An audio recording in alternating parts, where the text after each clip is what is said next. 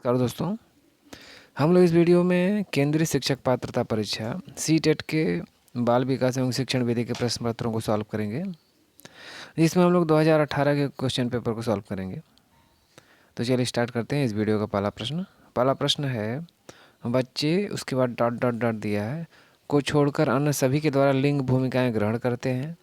इसमें option A दिया गया है कि बच्चे समाजीकरण को छोड़कर अन्य सभी के द्वारा लिंग भूमिकाएं ग्रहण करते हैं। बी कह रहा है या फिर संस्कृति को छोड़कर अन्य सभी के द्वारा लिंग भूमिकाएं ग्रहण करते हैं, या फिर सी है ट्यूशन को छोड़कर के अन्य सभी के द्वारा, या फिर मीडिया को छोड़कर के अन्य सभी के द्वारा लिंग भूमिकाएं ग्रहण करते हैं। सी इसका आंसर है, बच्चे जो है ट्यूशन के अलावा अन्य सभी के द्वारा लिंग भूमिकाएं ग्रहण करते हैं। लिंग भूमिका का अर्थात जिसमें लैंगिकता हो, जिसमें लड़के और लड़कियों में भेद उत्पन्न किया जाता है, इस तरह की चीज़ें सभी के द्वारा बच्चे सीखते हैं, केवल ट्यूशन को छोड़ करके। अगला प्रश्न, मानकीकृत परीक्षणों की आलोचनाओं में से एक यह है कि ऑप्शन ए, उनकी भाषा को समझना मुश्किल है। बी, परीक्षण बड़ी आबादी पर लागू नहीं किया जा सकते। सी, वे बच्चे की क्षमता की स्पष्ट तस्वीर नहीं देते। डी, वे मुख्य रूप से मुख्य धारा की संस्कृति का प्रतिनिधित्व करते हैं और यहाँ पे नीचे भी दिया गया और इसलिए पक्षपाती हैं। हर क्वेश्चन के बाद आपको 2-3 सेकंड का समय दिया जाएगा, उसके बाद आंसर बताया जाएगा। जिससे पहले आप क्वेश्चन का आंसर खुद करें, उसके बाद आंसर देखें, जिससे आपका मॉक टेस्ट और रिवीजन दोनों एक साथ हो जाएगा।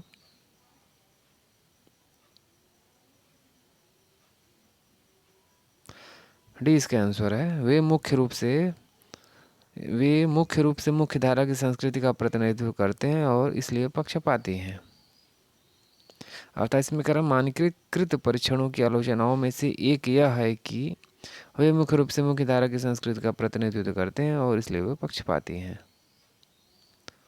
अगला प्रश्न, एकाधिक बुद्धिमानी का सिद्धांत कहता है कि ऑप्शन ए, बुद्धि कई प्रकार की हो सकती है। बी, पेपर पेंसिल परीक्षण सहायक नहीं है।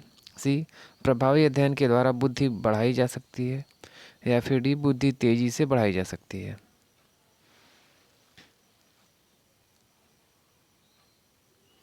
ए इसका आंसर है, बुद्धि कई प्रकार की हो सकती है। एकाधिक बुद्धि का सिद्धांत यह कहता है कि बुद्धि कई प्रकार की हो सकती है। इसकी हम व्याख्या देख लें। एकाधिक बुद्धिमानी का सिद्धांत कहता है कि बुद्धि कई प्रकार की हो सकती है। बुद्धि की संरचना कुछ मौलिक कारकों से होती है। 2 या 2 से अधिक मूल कारक मिलकर एक समूह निर्मित कर लेते हैं, जो व्यक्ति की किसी विशेष क्षेत्र में विधि को प्रदर्शित करते हैं। बुद्धि को 7 मौलिक कारकों में बांटा गया है: आंकिक योग्यता, प्रत्यक्षीकरण की योग्यता, साबितिक योग्यता, दैसिक योग्यता, शब्द प्रवाह, तर्कशील तथा स्मृति शक्ति। ये सातों बुद्धि परस्पर एक दूसरे से स्वतंत्र होती हैं तथा प्रत्येक के क्रियाशील होने के ढंग अलग अलग होते हैं। नेक्स्ट क्वेश्चन, शिक्षक सीखने के लिए मूल्यांकन और सीखने के मूल्यांकन दोनों का उपयोग कर सकते हैं। शिक्षक सीखने के लिए मूल्यांकन और सीखने के मूल्यांकन दोनों का उपयोग कर सकते हैं। कहाँ? ऑप्शन ए, बच्चे की सीखने की ज़रूरतों को जानने में और तदनुसार शिक्षण रणनीति का चयन करने में। ऑप्शन बी, अवधि अंतरालों पर बच्चे के प्रदर्शन का आकलन करने और उसके प्रदर्शन को प्रमाणित करने में। सी, बच्चों की प्रगति की निगरानी करने और उनके सीखने के अंतराल को भरने के लिए उचित लक्ष्य निर्धारण करने में। या फिर डी, बच्चों की प्रगति और उपलब्धि को जानने में।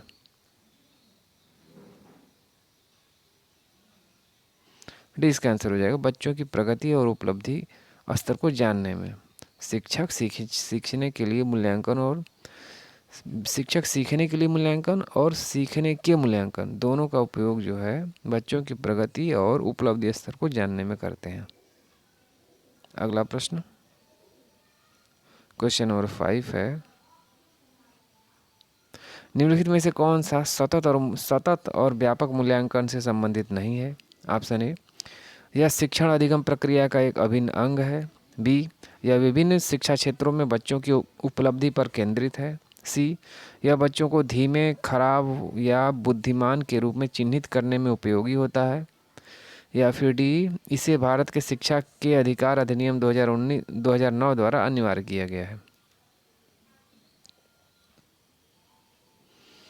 सी इसका आंसर है। यह बच्चों को धीमे, खराब या बुद्धिमान के रूप में चिन्हित करने में उपयोगी होता है।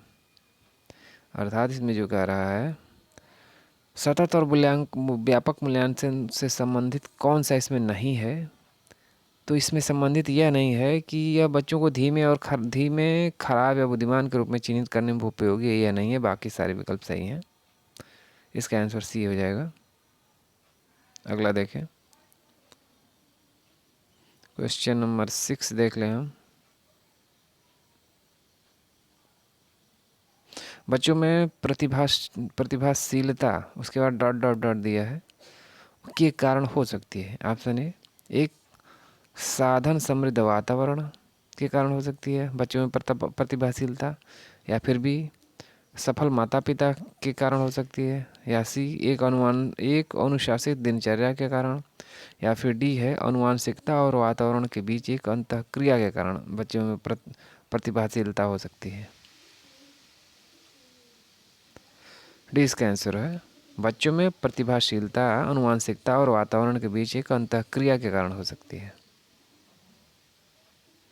नेक्स्ट क्वेश्चन नंबर 7 है, सामाजिक आर्थिक रूप से वंचित पृष्ठभूमि से आने वाले बच्चों को कक्षा के माहौल की आवश्यकता होती है जो, ऑप्शन ए, उनके सांस्कृतिक और भाषाई ज्ञान को महत्व देता है तथा उनका उपयोग करता है। बी, उनकी भाषा के उपयोग को हतोत्साहित करता है ताकि वे मुख्य धारा की भाषा सीख सकें। सी, बच्चों को उनकी क्षमताओं के आधार पर वर्गीकृत करता है। या फिर डी, उन्हें अच्छा व्यवहार सिखाता है।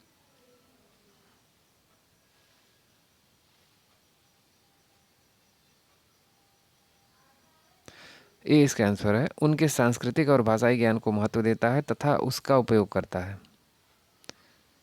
अर्थात ये कह रहा है, सामाजिक आर्थिक रूप से वंचित पृष्ठभूमि से आने वाले बच्चों को कक्षा के माहौल की आवश्यकता होती है जो उनके सामाजिक और भाषाई ज्ञान को महत्व देता है तथा उसका उपयोग करता है।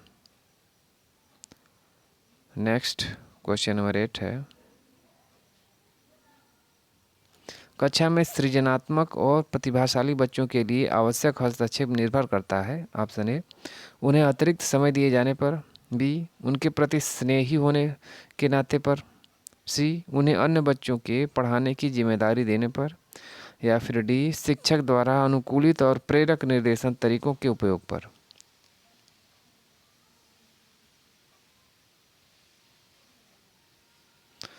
डी इसका आंसर है, शिक्षक द्वारा अनुकूलित और प्रेरक निर्देशन तरीकों के उपयोग पर।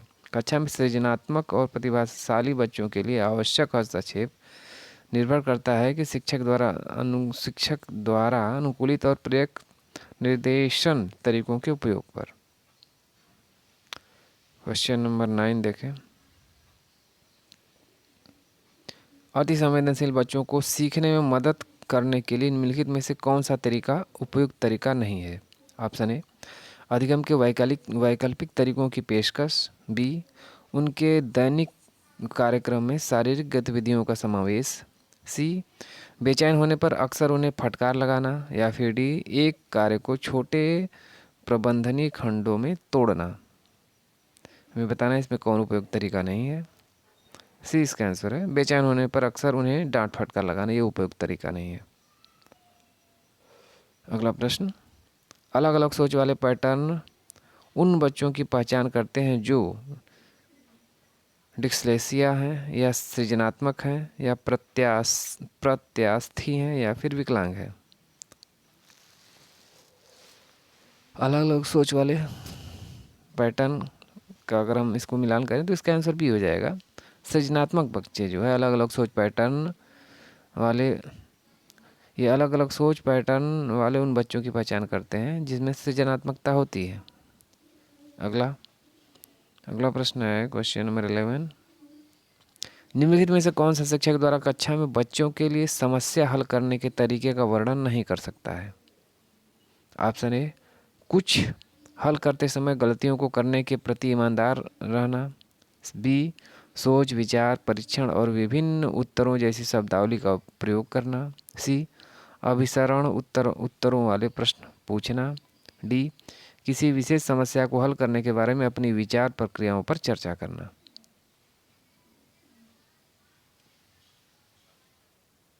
सी इसका आंसर है अभिसरण उत्तरों वाले प्रश्न पूछना। क्वेश्चन है कि निम्नलिखित में से कौन सा शिक्षक द्वारा कक्षा में बच्चों के लिए समस्या हल करने के तरीके का वर्णन नहीं कर सकता? तो ये ऑप्शन सी है। अभिसरण उत्तर वाले प्रश्न जो है बच्चों के लिए समस्या हल करने के तरीके का वर्णन नहीं कर सकता। अगला प्रश्न क्वेश्चन नंबर 12 है, निम्नलिखित में से कौन सा एक संवेग है? डर, ध्यान, उत्तेजना या स्मृति? ए इसका आंसर है डर। डर जो है संवेग के अंतर्गत आता है। अगला प्रश्न क्वेश्चन नंबर 13 है, एक 3 साल का बच्चा बताता है कि दूध बूथ पर एक मशीन द्वारा दूध का उत्पादन होता है। निम्नलिखित में से कौन सा बच्चे की समझ का सबसे अच्छा स्पष्टीकरण प्रदान करता है? ऑप्शन ए, बच्चे का जवाब दूध बूथ से दूध खरीदने के अपने अनुभव पर आधारित है। बी, बच्चे ने गायों को कभी नहीं देखा है। सी, बच्चे का परिवार बच्चे को प्रेरक वातावरण प्रदान नहीं करता। या फिर डी, बच्चे को दुनिया का बहुत सीमित अनावरण या ज्ञान है। ए इसका आंसर है बच्चे का जवाब दूध बूथ से दूध खरीदने के अपने अनुभव पर आधारित है। अगला प्रश्न,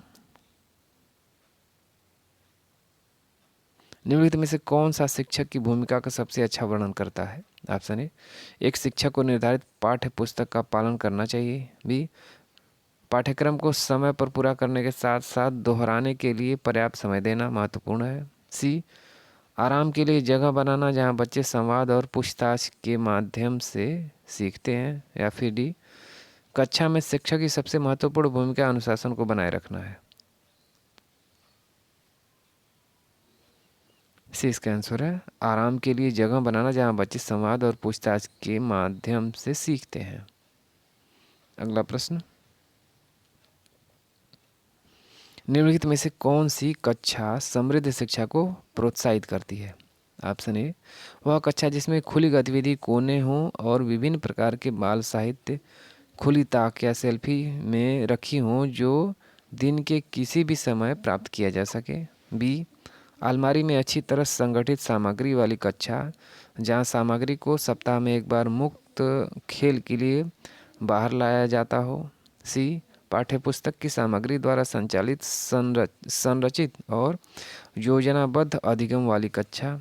या फिर डी, वह कक्षा जिसमें प्रदर्शित विभिन्न प्रकार की सामग्री बच्चों की पहुंच से परे हो ताकि सामग्री लंबे समय तक चलती रहे।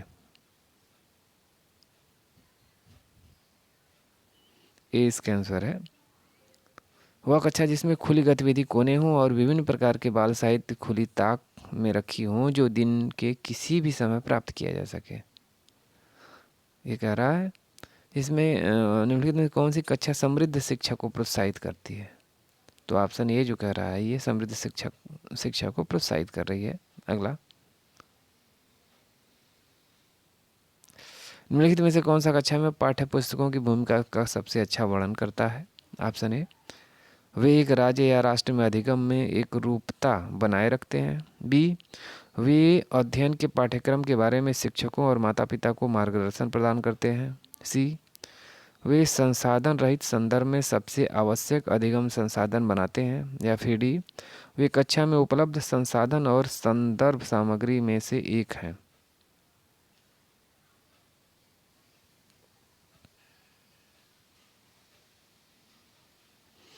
डी इसका आंसर है वे कक्षा में उपलब्ध संसाधन और संदर्भ सामग्री में से एक है। क्वेश्चन करें निम्नलिखित में से कौन सा कक्षा में पाठ्य पुस्तकों की भूमिका का सबसे अच्छा वर्णन करता है? तो कक्षा में पाठ्य पुस्तकों की सबसे अच्छा जो वर्णन करता है वो ये है कि वे कक्षा में उपलब्ध संसाधन और संदर्भ सामग्री में से एक है। अगला प्रश्न क्वेश्चन नंबर 17, राष्ट्रीय पाठ्यचर्या फ्रेमवर्क 2005 ने अपनी समझ, उसके बाद डॉट डॉट डॉट दिया है, से प्राप्त की है। ऑप्शन ए व्यवहारवाद से प्राप्त की है, बी रचनावाद से प्राप्त की है, सी संज्ञानात्मक सिद्धांत से प्राप्त की है, या फिर डी मानवतावाद से प्राप्त की है।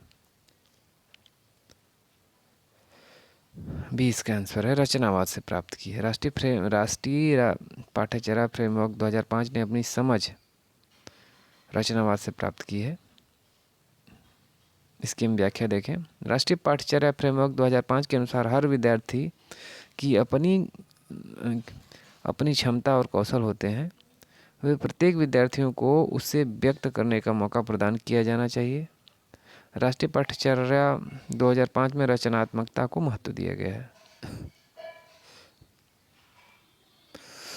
नेक्स्ट, कक्षा में बच्चों को प्रेरित समझा जा सकता है यदि ऑप्शन ए वे कक्षा में अनुशासन बनाए रखते हैं, बी वे सभी उपस्थिति में नियमित हैं, सी वे शिक्षक के स्पष्टीकरण प्राप्त करने के लिए प्रश्न पूछते हैं, या फिर डी वे अच्छी तरह से वर्दी पहने स्कूल में आते हैं।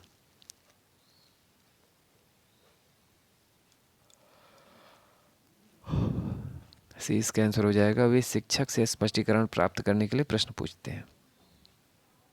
अगला प्रश्न, निम्नलिखित में से कौन सा बच्चों में अधिगम में सुधार करने के लिए सबसे उपयुक्त है? ऑप्शन ए शिक्षक को विभिन्न उदाहरणों और चित्रों का उपयोग करके विषय की व्याख्या करनी चाहिए, बी कक्षा में सभी प्रकार की शिक्षण सामग्री होनी चाहिए, सी शिक्षक को वास्तविक जीवन स्थितियों पर बच्चों को एक दूसरे के साथ बातचीत करने में मदद करनी चाहिए, या फिर डी नियमित मूल्यांकन परीक्षा आयोजित की जानी चाहिए।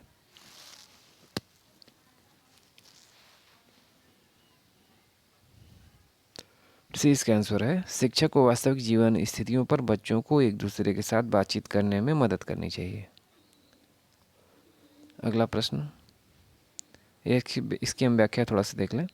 अधिगम समायोजन की एक प्रक्रिया है जब शिक्षक वास्तविक जीवन स्थितियों पर बच्चों को परस्पर बातचीत करने हेतु प्रोत्साहित करता है, तो इससे बच्चों के अंतर संबंध बेहतर होते हैं, साथ ही अधिगम प्रक्रिया में भी सुधार होता है। नेक्स्ट क्वेश्चन, अनुशासन जो अधिगम वातावरण में एक महत्वपूर्ण भूमिका निभाता है किस तरह की मदद करता है? ऑप्शन ए चुप्पी साधे रहने के लिए, बी शिक्षकों को निर्देश देने के लिए, सी बच्चों को उनके पाठ रटकर याद करने में, या फिर डी बच्चों को अपनी शिक्षा को विनियमित और मॉनिटर करने के लिए।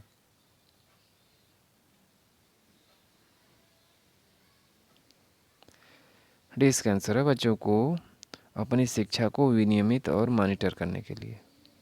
अर्थात अनुशासन जो वातावरण में एक महत्वपूर्ण भूमिका निभाता है, वह बच्चों को अपनी शिक्षा को विनियमित और मॉनिटर करने के लिए मदद करता है। नेक्स्ट क्वेश्चन नंबर 21, आनुवंशिकता और पर्यावरण की भूमिका के बारे में निम्नलिखित में से कौन सा कथन सत्य है? ऑप्शन ए सीखने और प्रदर्शन करने की एक बच्चे की क्षमता जीनों द्वारा पूरी तरह से निर्धारित की जाती है, बी अच्छी देखभाल और पौष्टिक आहार बच्चे के किसी भी जन्मजात विकार को दूर कर सकता है, सी पर्यावरण केवल बच्चे के भाषा विकास में महत्वपूर्ण भूमिका निभाता है, या फिर डी विकास के कुछ पहलू आनुवंशिकता और कुछ अन्य पर्यावरण से अधिक प्रभावित होते हैं।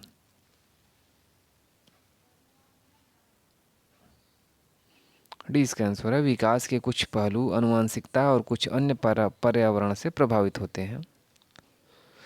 क्वेश्चन इसमें कह रहा है आनुवंशिकता और पर्यावरण की भूमिका के बारे में निम्नलिखित में से कौन सा कथन सत्य है? तो ये कथन डी सत्य है कि ये विकास के कुछ पहलू आनुवंशिकता और कुछ अन्य पर्यावरण से प्रभावित होते हैं। अगला प्रश्न, निम्नलिखित में से कौन सा कथन पियाजे के सिद्धांत के अनुसार नहीं कहा जा सकता है? ऑप्शन ए बच्चे अपनी दुनिया के बारे में ज्ञान का निर्माण और उपयोग करते हैं, बी निरंतर अभ्यास से अधिगम होता है, सी बच्चे अपने वातावरण पर क्रिया करते हैं, या फिर डी विकास गुणात्मक चरण में होता है।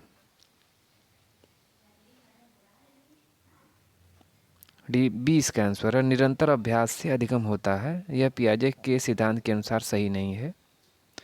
इसकी हम व्याख्या देख लें। जीन पियाजे के अनुसार संज्ञानात्मक विकास अनुकरण की बजाय खोज पर आधारित है।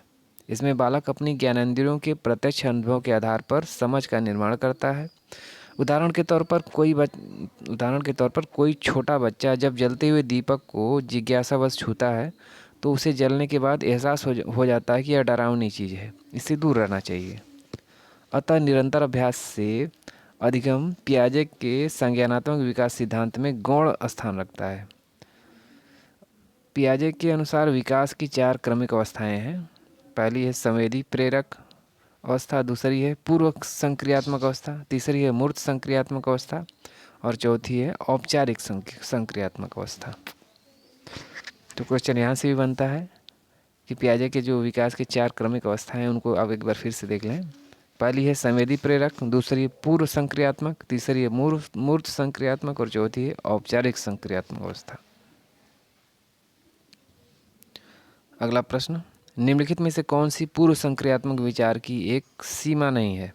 ऑप्शन ए प्रक्रियात्मक विचार का विकास, बी अनमन्यता, सी अनुत्क्रमणीयता, सी ध्यान केंद्रित करने की प्रवृत्ति। ए इसका आंसर है प्रतीकात्मक विचार का विकास।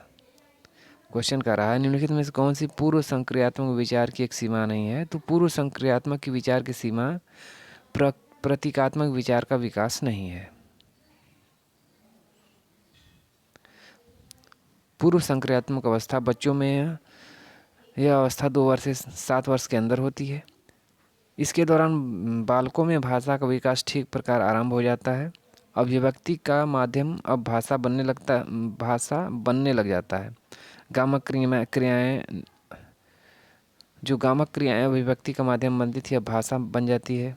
वस्तुओं के बारे में सोचने तथा विचार करने के लिए अब भाषा तथा चित्रों तरीकों का प्रयोग प्रारंभ हो जाता है। इस प्रकार प्रतीकात्मक विचारों का विकास पूर्ण संक्रियात्मक गुण है, न कि सीमा।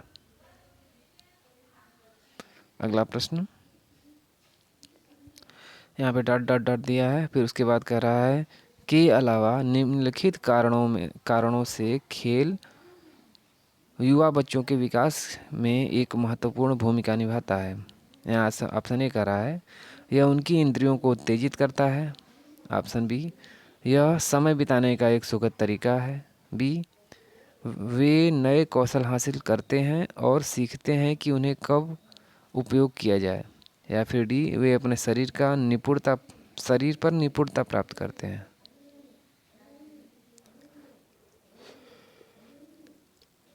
इसका आंसर भी हो जाएगा, यह समय बिताने का एक सुखद तरीका है। यहाँ पे जो क्वेश्चन कर रहा है उसके अनुसार ऑप्शन बी सही हो। इसमें यह समय बिताने का एक सुखद तरीका है, जिसके अलावा निम्नलिखित कारणों से खेल युवा बच्चों के विकास में एक महत्वपूर्ण भूमिका निभाता है। अगला प्रश्न देखें, निम्नलिखित में से कौन सा प्रश्न बच्चों को गंभीर रूप से सोचने के लिए आमंत्रित करता है? ऑप्शन ए सही जवाब क्या है। बी क्या आप इस तरह की स्थिति के बारे में सोच सकते हैं। सी विभिन्न तरीकों से हम इसे कैसे हल कर सकते हैं। या फिर डी क्या आप इसका उत्तर जानते हैं।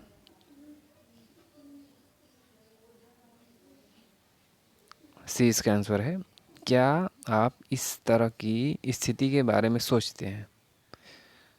क्वेश्चन में है कि कौन सा प्रश्न बच्चों को गंभीर रूप से सोचने के लिए आमंत्रित करता है, तो सी आंसर हो जाएगा कि अगर हम इस तरह का प्रश्न करें, क्वेश्चन सी है इसमें कि विभिन्न तरीकों से हम, इसका सी आंसर होगा कि विभिन्न तरीकों से हम इसे कैसे हल करें। अगर हम इस तरह का प्रश्न करेंगे तो बच्चे गंभीर रूप से सोचने के लिए आमंत्रित होंगे या विवश होंगे। नेक्स्ट क्वेश्चन देखें, क्वेश्चन नंबर 26, निम्नलिखित में से कौन सा विकल्प प्रगतिशील शिक्षा का सबसे अच्छा वर्णन करता है? ऑप्शन ए थीमेटिक इकाइयाँ। ऑप्शन एक में 2-3 विकल्प दिए गए हैं, 2-3 क्रम दिए गए हैं।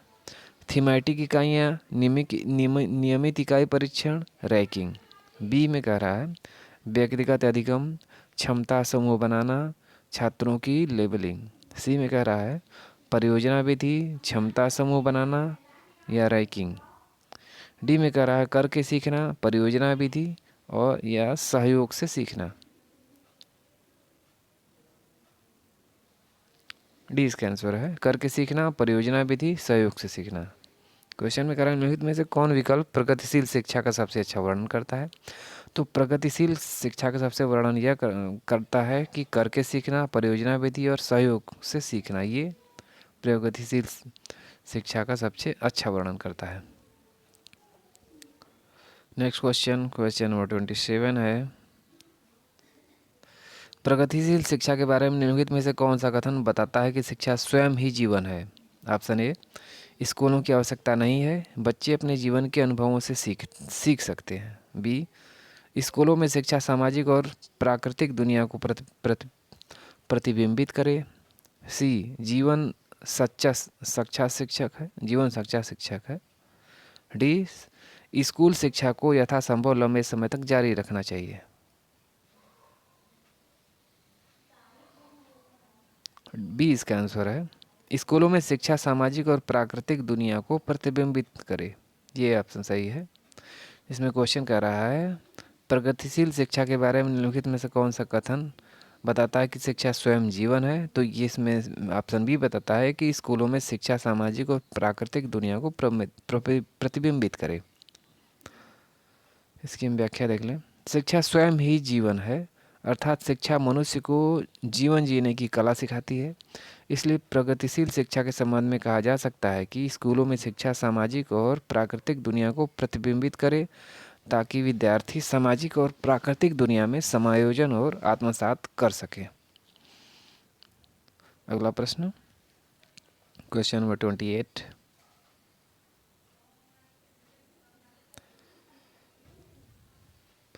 कोहलबर्ग के सिद्धांत के योगदान के रूप में निम्नलिखित में से किसे माना जा सकता है। ऑप्शन ए इस सिद्धांत में व्यवस्थित परीक्षण प्रक्रियाएं हैं। बी यह नैतिक तर्क और कार्रवाई के बीच एक स्पष्ट संबंध स्थापित करता है। सी उसका विश्वास है कि बच्चे नैतिक दार्शनिक हैं। डी उनके सिद्धांत ने संज्ञानात्मक परिपक्वता और नैतिक परिपक्वता के बीच एक सहयोग का समर्थन किया है।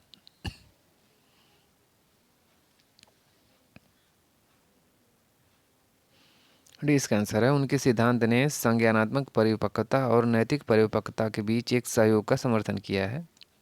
क्वेश्चन कर रहा है कोहलबर्ग के सिद्धांत के योगदान के रूप में निम्नलिखित में से किसे माना जा सकता है। तो डी को माना जा सकता है। कोहलबर्ग के सिद्धांत के अनुसार उनके सिद्धांत ने संज्ञानात्मक परिपक्वता और नैतिक परिपक्वता के बीच एक सहयोग का समर्थन किया है। अगला प्रश्न देखें 29 निकटवर्ती विकास का क्षेत्र संदर्भित करता है। ऑप्शन ए उस विकासात्मक चरण को जब बच्चा सीखने की पूरी जिम्मेदारी लेता है। बी एक संदर्भ को जिसमें बच्चे सहयोग के सही स्तर के साथ कोई कार्य लगभग स्वयं कर सकते हैं। सी उस सीखने के बिंदु को जब सहयोग वापस लिया जा सकता है। डी उस चरण को जब अधिकतम विकास संभव है।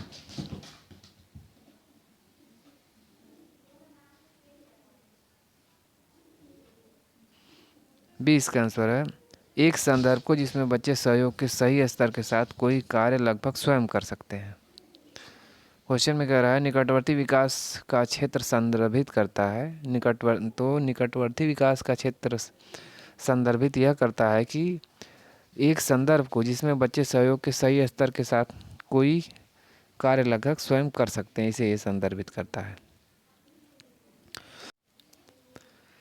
नेक्स्ट क्वेश्चन नंबर 30 है एक उभयलिंगी व्यक्ति, फिर ऑप्शन ए कह रहा है में आमतौर पर माने गए मर्दाना और स्त्री गुणों का समायोजन होता है। बी उसमें दृढ़ और अहंकारी होने की आदत है। सी समाज में प्रचलित रूढ़वादी लिंग भूमिकाओं का पालन करता है। या फिर डी स्त्री लक्षणों वाले पुरुषों को संदर्भित करता है। ए इसका आंसर है एक उभयलिंगी व्यक्ति में आमतौर पर माने गए मर्दाना और स्त्री गुणों का समायोजन होता है।